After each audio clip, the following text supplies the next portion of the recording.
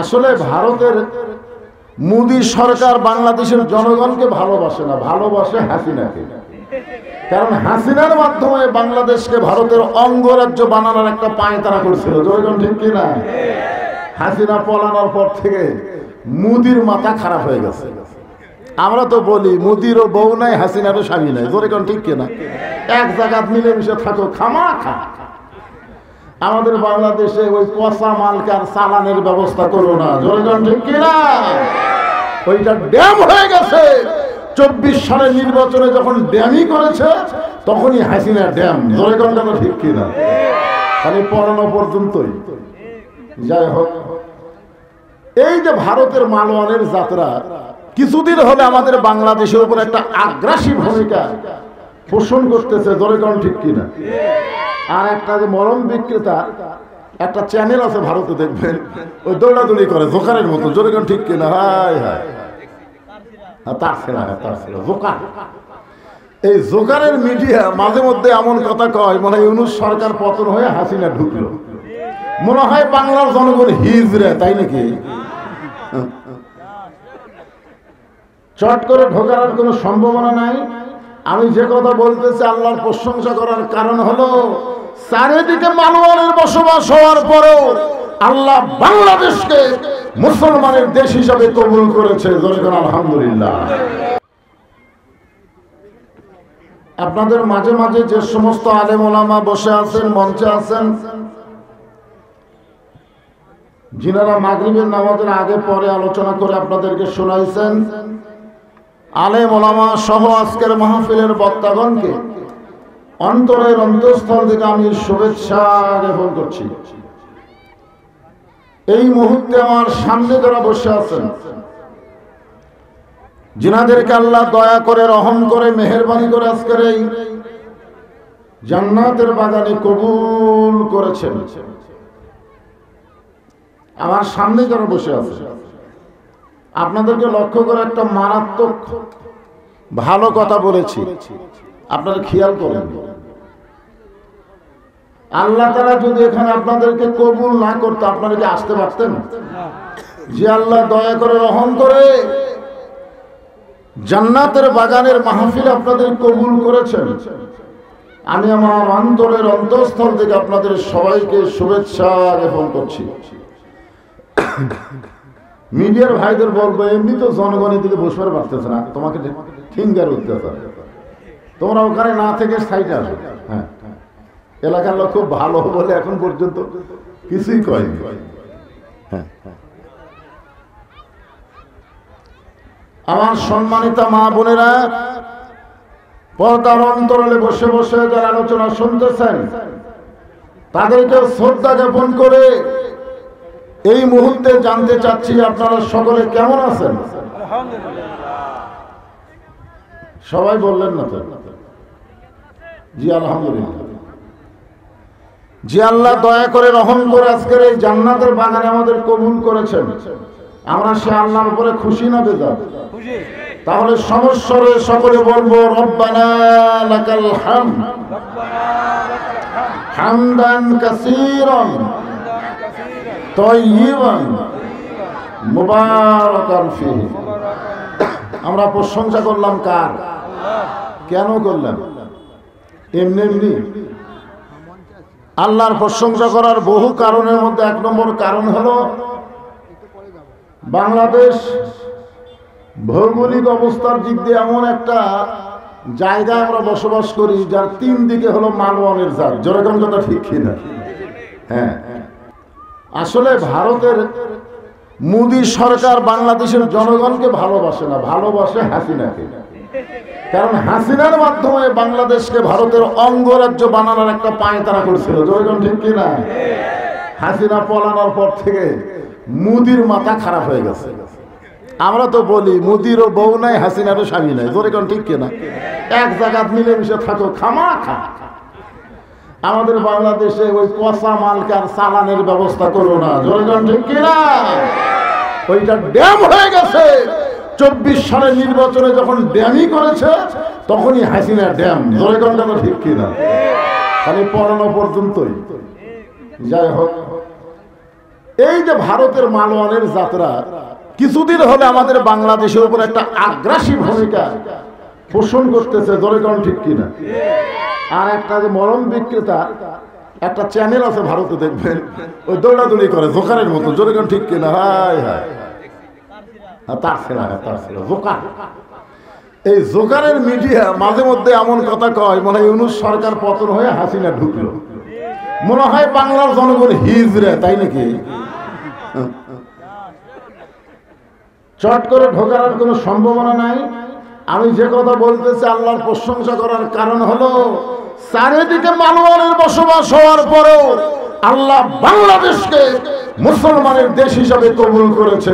আলহামদুলিল্লাহ। আল্লাহ আমাদেরকে জন্মগতভাবে মুসলমানের ঘরে কবুল করছেন। মনে হয় বেজার হোসেন। আল্লাহ কোরআনে বলেন, অমাইয়াবতাগি গায়রাল ইসলাম দীনান ফালাই ইউকবালা মিনহু। এই আয়াতের বাংলা অর্থ হলো ইসলাম ছাড়া অন্য কোন ধর্ম কেউ যদি গ্রহণ করে, আল্লাহ বলেছেন লা ইউকবালা মিনহু, সেইটা কখনোই কবুল করা হবে না।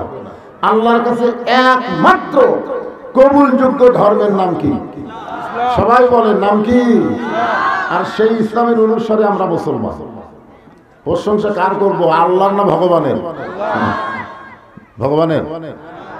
ভগবানের ভ বাদ দেন। গবানের কোন অর্থ ডিকশনারি নেই। গবানের গ বাদ দেন, বান মানে বুন না, দুনিয়ার কোন মানুষ চাই না। বা বাদ দিলে নো মানে ভগবান নাই, আছে? আর আমরা যাকে আল্লাহ বিশ্বাস করি, আল্লাহু লা ইলাহা ইল্লা হুয়াল হাইয়ুল কাইয়ুম। মন যদি চাই আলিফ বাদ দেন, লিল্লাহি মা ফিস সামাওয়াতি ওয়াল আরদ। আমার মন যদি চায় আর একটা লাম বাদ দেন, লাহুল মুলকু ওয়া লাহুল হামদ। আবার মন যদি চায় আর একটা লাম বাদ দেন, হুয়াল্লাহুল্লাযী লা ইলাহা ইল্লা হু। মুসলমান যাকে আল্লাহ বিশ্বাস করে তার সব কিছু বাদ দিল, আল্লাহ বাদ পড়ে না। মুসলমানের আল্লাহ সদা বিরাজমান, জয় কোন ঠিক কিনা? ওরা মাঝে মধ্যে স্লোগান দেয়, জয় শ্রীরাম, জয় বাংলা, জয় কোন কথা ঠিক কিনা? আপনারা বলেন তো, আমাকে তকবীরের কাছে ওগুলো তুলেবি? জয় শ্রীরাম করে মারবি, আমরা তকবীর দেব, ওকে কাপড় খুলে দেবি, জয় কোন ঠিক কিনা? লিল্লাহি তাকবীর। না না, ওরা নাই তো। হ্যাঁ, আমরা আল্লাহর প্রশংসা করার 2 নম্বর কারণ হলো আমাদের ভাগ্য এত ভালো, আমরা ভাগ্য গুণে একটা নবী এবং নেতা পাইছি। আমাদের নবী শুধু নবী না, আমাদের নবী কিন্তু আমাদের নেতা। এই যে আমরা দরুদ শরীফ পড়লাম না, পড়ছেন আপনারা? আল্লাহুম্মা সাল্লি আলা সাইয়্যিদিনা। সাইয়্যিদিনা শব্দের অর্থ হলো আমাদের নেতা। আমাদের নেতা হলো মুহাম্মাদুর রাসূলুল্লাহ। সকলে বলি সাল্লাল্লাহু আলাইহি ওয়াসাল্লাম।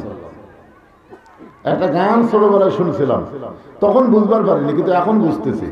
আপনারাও শুনছেন। আছেন আমার মুক্তার, আছেন আমার বারিস্টার, শেষ বিচারের হাইকোর্টেতে তিনি আমায় করবেন পার। আমি পাপী, তিনি জামিনদার। এই তিনি মানে কে?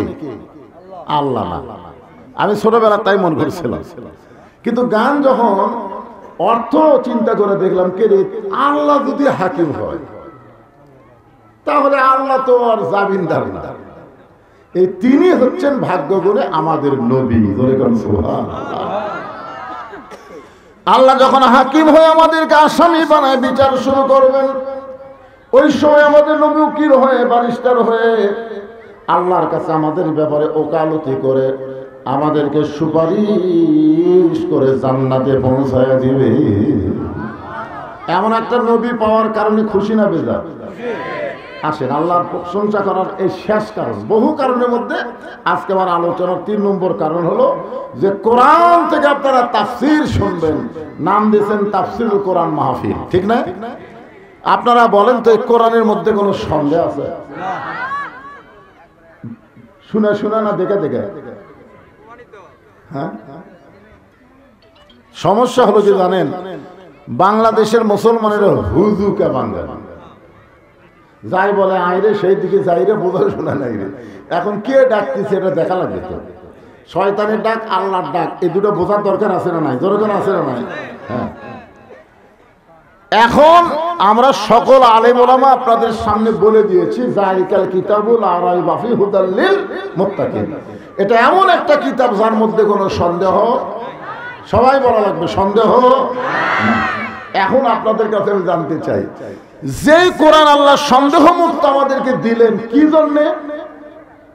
ওয়াজ শোনার জন্যে। কি জন্যে? হুদাল লিল মুত্তাকিন, মুত্তাকি বান্দাদের জন্য জীবন ব্যবস্থা স্বরূপ আল্লাহ তাআলা এই কোরআন আমাদেরকে দিলেন। এখন আপনারা বলেন যে মানুষের তৈরি সংবিধান, মানুষের তৈরি আইন মুসলমানের ঈমানের জন্য লাভজনক না ক্ষতিকারক? কথা পায় না, বুঝবার পারেননি। আমাদের বাংলাদেশে যে সংবিধান চলতেছে, বাংলাদেশের কোর্ট কাছারিতে যে আইন চলতেছে, এই আইন কি আল্লাহর না মানুষের? তো আমরা যদি ইমানদার হই, আর কোরআন যদি সন্দেহমুক্ত হয়, আর কোরআন যদি হেদায়েতের ব্যবস্থাপত্র হয়, তাহলে আজ থেকে নিয়ত করতে হবে মানুষের কোনো আইন মানবো না, আইন মানবো একমাত্র আল্লাহ। জোরে বলেন কথা ঠিক কিনা?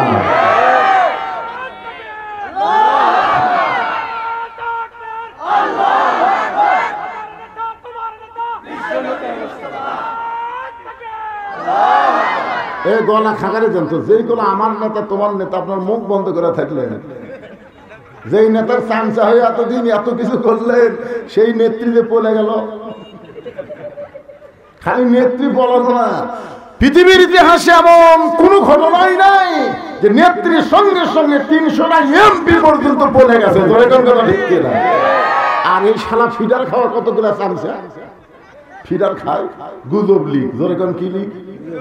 ওরা মাঝে মধ্যে আশা করে, আশা আবার নাকি ফিরে আসবে, কি স্বপ্ন দেখে রে। আর এই মাঝে মধ্যে কল রেকর্ড ফাঁস হয়, পাগলি হয়ে গেছে। পাগলি হওয়ার কারণ আমি পাইছি, আপনার পাচ্ছেন? হাসিনা পাগলি হওয়ার কারণ কি? কারণ হলো একটা গাভী হেরে গেছে, বুঝলেন, রোদের মধ্যে দিনের বেলায়। এখন এই বেটা গাভী খুঁজতে খুঁজতে রোদ লাগা মাথা গরম হয়ে গেছে। এখন বেটা বেলা আছে, বেটা বলতে কে ভাই এদিকে গাভী গেছে দেখছো? বেটা কয় কে রে? বাপ আমার ভাই কর। দৌড়ে গেছে মায়ের কাছে, মা আব্বা মনে হয় পাগলা হয়ে গেছে, আমার ভাই কোথায়? কিন্তু পর বাপ আসতেছে, বউ কয় কে গো, তুমি তোমার ভাই, তোমার ছেলেকে ভাই কইছো, তোমার কি মাথা ঠিক আছে? তখন বলতেছে গরু হারালে এরকমই হয় মা। একটা গাভী হারালে যদি মাথার অবস্থা এরকম হয়, বিনা ভোটে 15.5 বছর যে ক্ষমতার চেয়ার দখল করেছিল, সেই চেয়ার হারালে হাসিনা পাগলি হওয়া স্বাভাবিক। আর এই পাগলির করলে ঘটে কত গুজব লিখ আসবে, আসবে। ভালো হও, তওবা করো, ফিরে আসো। বাংলাদেশে যেগুলো দল আছে হাসিনা বাদ দিয়া, সব দল তোমাদের দরজা খুলে রাখছে। জয়গান ঠিক কিনা? ফিরে আসো, তওবা করো। আর বাংলার জমিনে ফ্যাসিস্ট আওয়ামী লীগকে কোনো জায়গা দেওয়া হবে না। জয়গান ঠিক কিনা? ফিরে আসো। আজকে দিনের বেলা যেখানে মাহফিল করলাম, ওই মাহফিলের সভাপতি হলো আওয়ামী লীগ, আওয়ামী লীগের লোক। আজকে আমাদের তওবা করছে, হুজুর বাদ দিলাম, যেটা দিনে করে আসবে একটা তওবা করছে মনসি, হুজুর বাদ দিচ্ছে।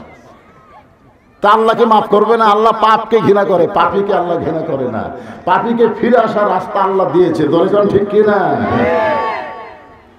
এখন আপনাদের কাছে আমার প্রশ্ন হলো যে কোরআন আমাদের চলার পাথেও মুত্তাকিদের ব্যবস্থাপত্র, সেই কোরআন থেকে ছোট্ট একটা আয়াত আমি তেলাওয়াত করছি, একেবারে সংক্ষেপ। কারণ আমার এখানে ওয়াজ করে আমার তাহলে গোসাই বাড়ি, বুঝতেছেন না? কারণ হাসিনা পতনের পরে হামাকের যা দাম হচ্ছে ভাই, যারা 10 বছরে ওয়াজ করতে পারেনি তারাও চান্স দিচ্ছে, কারণ অনুমতি রাখতেছে না, খালি মাইক টাঙ্গালি ওয়াজ। জোরে কোন ঠিক কিনা? ফাদখুলি ফি ইবাদি ওয়াদখুলি জান্নাতি। আল্লাহু আকবার। দেখেন, ছোট্ট যে আল্লাহর গোলাম হবে, আল্লাহর বান্দা হবে, আল্লাহ বলেছেন সে তখনই জান্নাতে প্রবেশ করবে। এখন আল্লাহর বান্দা হতে গেলে কি লাগবে? আল্লাহ রাসূল বলেছেন বাইনাল আবদি ওয়াল কুফরি তরকুস সালাত।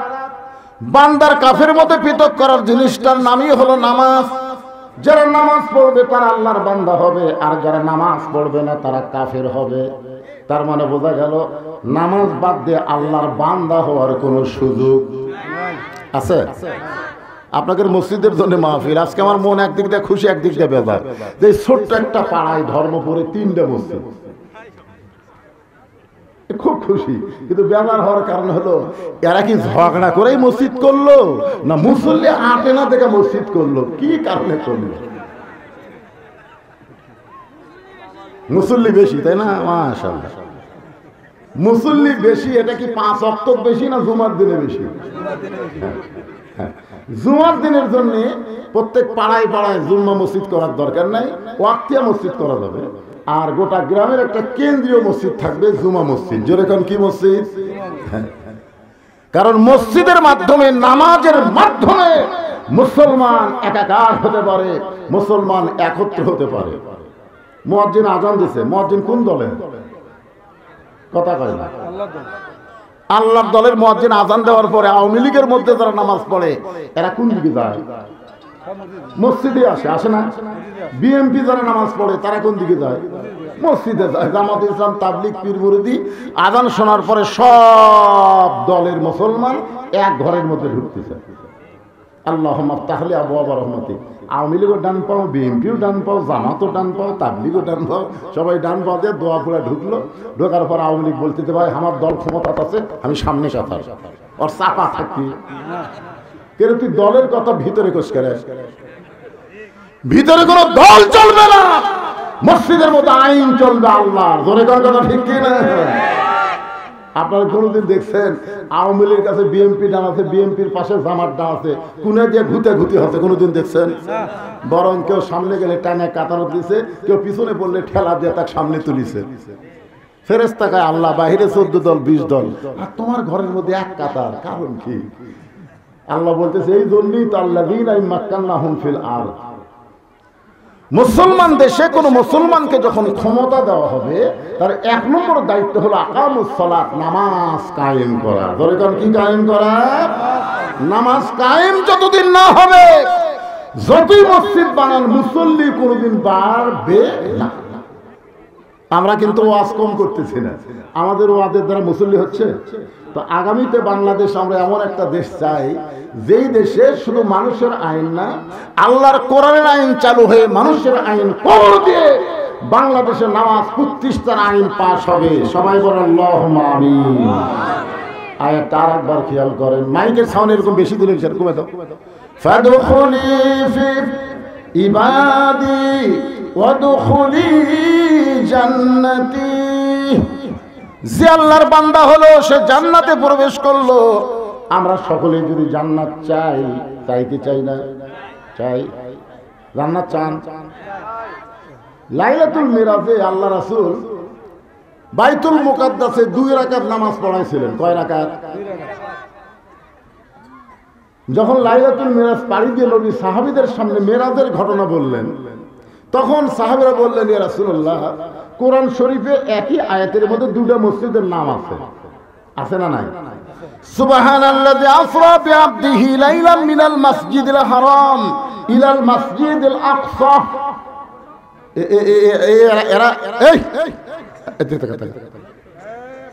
তোরা কি সিজার করা নাকি? না, সিজার করা বাচ্চারা একটু অষ্টাউর হয়। আমরা যারা আছি উপরে একটাও সিজার করা না। কে ভাই সিজার বোঝায় আপনার নাম? আসলে আমরা সবাই একেবারে নির্দিষ্ট সময় মতো দুনিয়াতে আছি। আর এই সিজার করাগুলো সময়ের 1 দিন 2 দিন আগে দুনিয়াতে আছে। মানে পেট কাটা দেখে বাচ্চার ঘুমই ভাঙে না, তখন ডাক্তারের পেটের মধ্যে নিয়ে একটা ঘুরে নিতে, এরকম একটা ঘুরে দেয়, বুঝলেন, পাও ধরে। ওই ঘুরে নিতে মাথার মধ্যে একটা ঝাঁকি খায় বাচ্চা, ওই যে মাথার ঝাঁকি খালো, এই ঝাঁকি খাওয়ার কারণে দুনিয়াতে এসে মোবাইল ছাড়া ভাত খায় না, মোবাইল ছাড়া কান্না থামে না, কোনো জায়গায় 5 মিনিট ধৈর্য নিয়ে বসে থাকতে পারে না। এরা হলো সিজার করার কুফল। আপনারা দেখবেন বাংলাদেশে বড় ডাক্তার কোনোদিন তার বউরে সিজার করায় না। আমি যত ডাক্তার আমার ভক্ত তাদের জিজ্ঞাসা করছি, বড় ডাক্তারকে হুজুর পাগলা আছেন, সিজার করলে মায়েরও ক্ষতি বাচ্চারও ক্ষতি, ডাক্তারের বউ সিজার লাগে না। 2 নম্বর হলো মওলানার বাড়িতে কোনোদিন মিলাদ হয় না। 3 নম্বর পীরের বউ কোনোদিন মুরিদ হয় না। আপনারা খেয়াল করে দেখবেন, পীরের বউ মুরিদ না হওয়ার কারণ কি জানেন? আমার পীর মাঝে মধ্যে মুরিদের বইয়ের দিকে চোখ মারে, এ লুচ্চার হাতত কে মুরিদ ধরবে। আর মাওলানার বাড়িতে মিলাদ হয় না। খেয়াল করে দেখবেন আপনাকে এলাকার মাওলানা পরের বাড়িতে পড়ায় কিন্তু নিজের বাড়িতে হয় না। আর একটা হলো ডাক্তারের বইয়ের কি লাগে না, তোরা যদি সিলার করা হোস যা, আর নর্মালি হলে থাক বাবা থাক, দেখছে আবার ঠেলাঠেলি করে। এই আবার ক্যামেরা মারতেছে। বসেন আপনারা সবাই এসে সাইজ হয়ে বসেন। যে কথা বলতেছিলাম একটু খেয়াল করা লাগবে। কি বলতেছিলাম মনে আছে?